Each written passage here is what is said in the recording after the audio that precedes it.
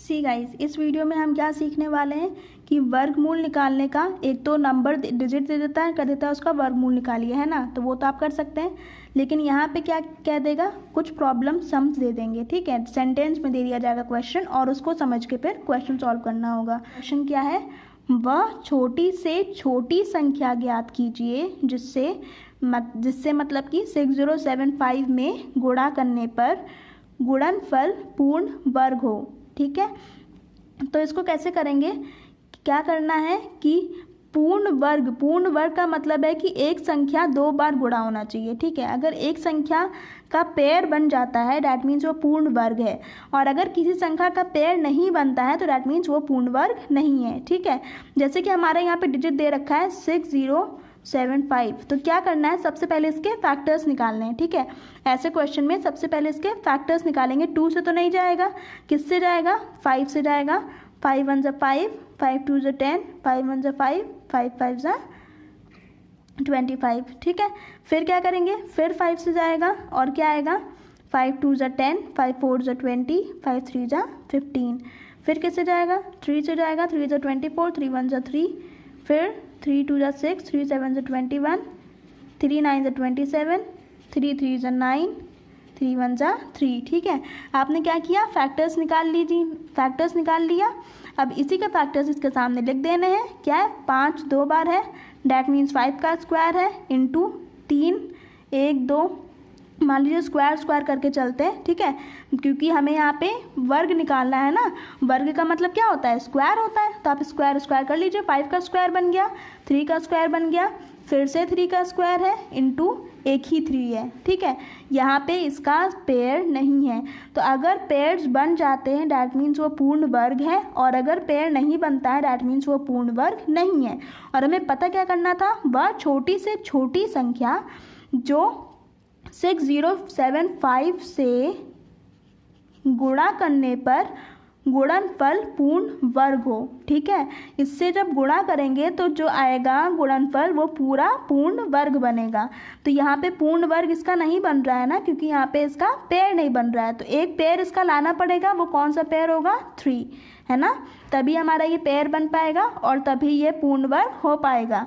तो यहाँ पे 6075 से क्या गुणा करेंगे, 3 गुणा करेंगे, डैट मीन्स हमारा आंसर क्या है, ये 3 ही है। ठीक है, समझ में आया कैसे करेंगे, क्या पता करना था, वह छोटी से छोटी संख्या ज्ञात करनी थी, जिससे कि 6075 की ज्ञात करनी थी, जिसमें गुणा करने पर गुणनफल जो आएगा वो पूर्ण वर्ग होगा। तो क्या करेंगे, सबसे पहले इसके फैक्टर्स निकालेंगे, क्योंकि ये वर्ग है तो हम लोग क्या करेंगे, 2 2 का पेयर बनाएंगे। सबका पेयर देखिए बन रहा है, सिर्फ 1 3 अकेला रह जा रहा है, इसका पेयर नहीं बन रहा है। तो जिसका पेयर नहीं बन रहा होगा वही हमारा क्या होगा, आंसर होगा। ठीक है गाइस, भी सेम क्वेश्चन है, क्या गिनती है, 1890। सबसे पहले इसके फैक्टर्स निकालेंगे बिना कुछ सोचे। ठीक है, जब भी ऐसा क्वेश्चन आता है गुणनफल पूर्ण वर्ग निकालना है, ऐसी संख्या छोटी से छोटी संख्या निकालनी है कि इसमें उसको गुणा करने पर जो गुणनफल प्राप्त होगा वो पूर्ण वर्ग बनेगा। ठीक है, तो सबसे पहले इसके फैक्टर्स निकाल लीजिए, जो डिजिट हम लोग को दी गई है, डैट मीन्स 1890 के फैक्टर्स क्या क्या निकले हैं, 2 आया है एक ही बार, 3 आया है 3 बार, मतलब 3 का स्क्वायर और 3 इंटू 5 और 7। ठीक है, ये हमारा निकल के आया है। तो क्वेश्चन में क्या देखा था कि जिसका स्क्वायर, जिसका पेयर बन रहा होगा उसको नहीं लेंगे। ठीक है, जिसका पेयर नहीं बन रहा होगा उसको गुणा करेंगे और वही हमारा आंसर होगा।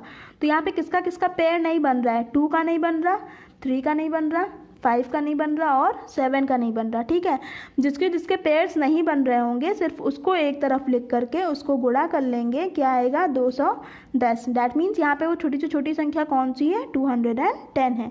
यही हमारा क्या है, आंसर है। ठीक है गाइस, समझ में आया, मतलब कि एक सेना नायक हैं, उनके पास 3600 जवान हैं। ठीक है, 3600 जवानों की एक टोली है, उनको पंक्तियों में खड़े होने के लिए कहते हैं, और इस प्रकार से कहते हैं कि प्रत्येक पंक्ति में उतने ही जवान खड़े हों जितनी पंक्तियां हैं। ठीक है, जैसे कि मान लीजिए अगर एक पंक्ति में 5 लोग खड़े हों, ठीक है, एक पंक्ति में अगर 5 लोग खड़े हैं तो 5 ही पंक्तियां भी होनी चाहिए। ठीक है, प्रत्येक पंक्ति में उतने ही जवान खड़े हों जितनी पंक्तियां हैं, जितनी पंक्तियां हैं उतने ही एक पंक्ति में लोग खड़े होंगे। समझ में आ रही बात आपको? अगर 5 पंक्ति हैं और एक पंक्ति में 5 लोग हैं, डैट मीन्स टोटल कितना हो गया? 5 × 5 25 हो गया। मतलब टोटल लोग कितने हैं? 25 हैं। और कैसे खड़े हैं कि 5 पंक्तियां हैं और एक पंक्ति में 5 लोग खड़े हैं, तो आपका आ गया 25, है ना।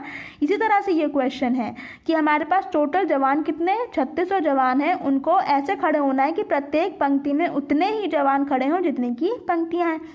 हमें ज्ञात क्या करना है? ज्ञात कीजिए प्रत्येक पंक्ति में कितने जवान खड़े हों। ठीक है, हमें बताना है कि प्रत्येक पंक्ति, मतलब कि या तो आप प्रत्येक पंक्ति निकालिए या तो आप एक पंक्ति में खड़े लोग निकालिए, दोनों बराबर ही होगा, है ना। दोनों बराबर होगा तभी तो हमारा टोटल निकल के आएगा। तो यहाँ पे क्या करना है? डैट मीन्स मान लीजिए कि आपके पास x पंक्तियाँ हैं, ठीक है। हमें पंक्तियाँ निकालनी है ना, तो पंक्तियाँ निकालनी है तो हमें पता नहीं है। जो चीज़ हमें पता नहीं होती है उसको क्या मानते हैं? x मानते हैं, ठीक है। तो अगर हमने 5 x को पंक्तियाँ मान ली कि हमारे पास x पंक्तियाँ हैं, मतलब कि एक पंक्ति में लोग कितने खड़े हैं? x ही खड़े हैं, है ना। जैसे कि आपने यहाँ पे देखा था कि अगर 5 लाइन है तो एक लाइन में 5 लोग ही खड़े होंगे, दोनों बराबर होगा। इसी तरह से यहाँ पे देखिए पंक्ति हमें निकालनी है, तो हम मान लेते हैं कि हमारे पास टोटल कितनी पंक्तियाँ हैं? 5, मतलब x, ठीक है। यहाँ पे हम मान लेते हैं कि हमारे पास टोटल x पंक्तियाँ हैं। तो जब x पंक्तियाँ हैं तो एक पंक्ति में लोग कितने खड़े होंगे? x ही खड़े होंगे।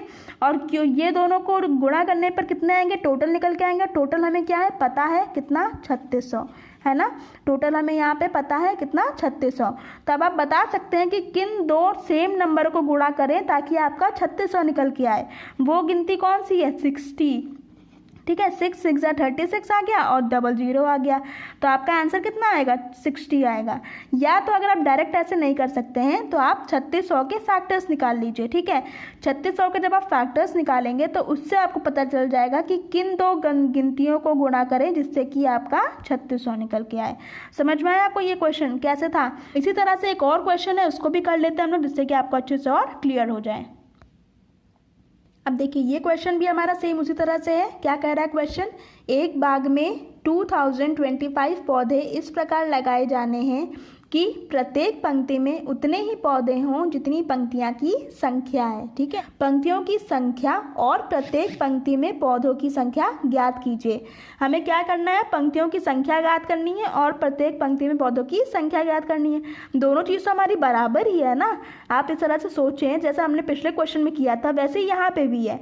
दोनों चीज़ हमारी क्या है? बराबर है। तो अगर हम इसको x मान लेते हैं, पंक्तियों की संख्या अगर हम x मान लें तो प्रत्येक पंक्ति में पौधों की संख्या भी कितनी होगी? x ही होगी, है ना, होगी।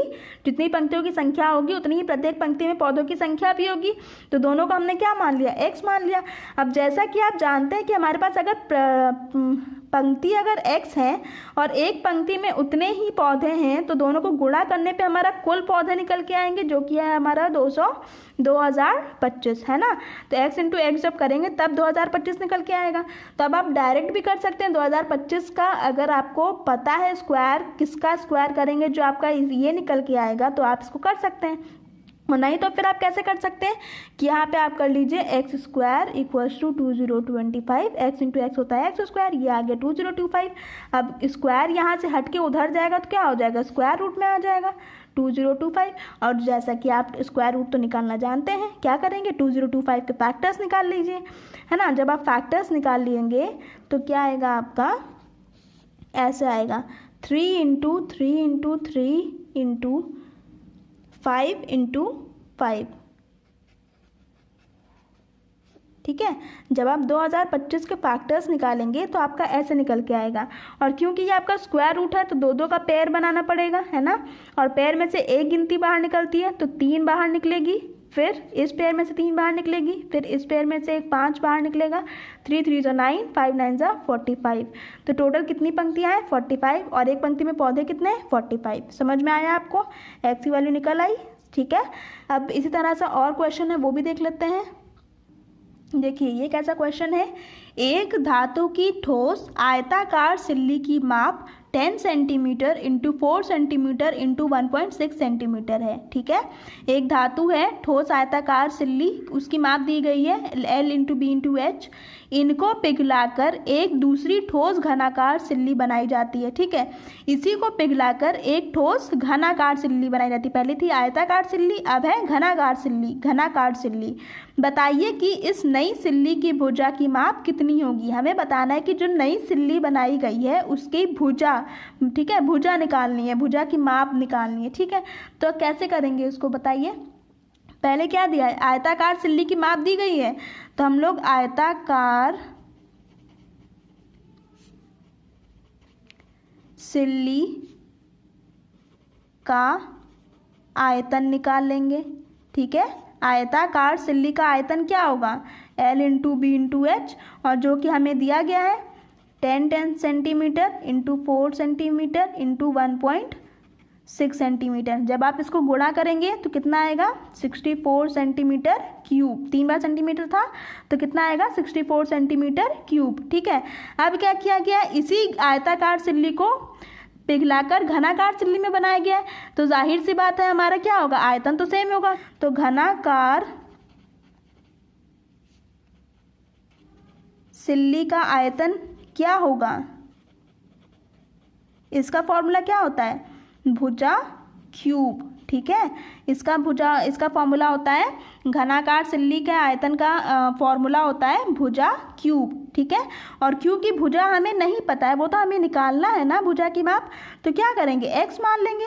That means x into x क्या निकल के आएगा, एक्स क्यूब निकल के आएगा, है ना। अब क्योंकि हमें इसी को पिघलाकर ये बनाया गया है, तो दोनों का आयतन क्या होना चाहिए, बराबर होना चाहिए। तो क्या लिखेंगे अगले स्टेप में, आयताकार सिल्ली का आयतन इक्वल्स टू घनाकार सिल्ली का आयतन, तो उससे क्या आएगा, एक्स क्यूब इक्वल्स टू 64, है ना। दोनों का आयतन जब बराबर है तो क्या आएगा, एक्स क्यूब इक्वल्स टू 64। अब इसको कैसे करेंगे, क्यूब जब उधर जाएगा तो क्यूब रूट बन जाएगा 64।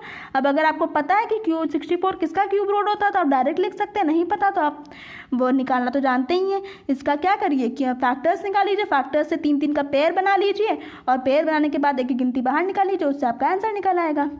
तो आंसर कितना आएगा, x इक्वल्स टू 64 का क्यूब रूट अगर आपको पता है तो आप जान सकते हैं कि 4 इंटू 4 होता है। ठीक है, जब 4 को 3 बार गुणा करेंगे तो 64 आएगा।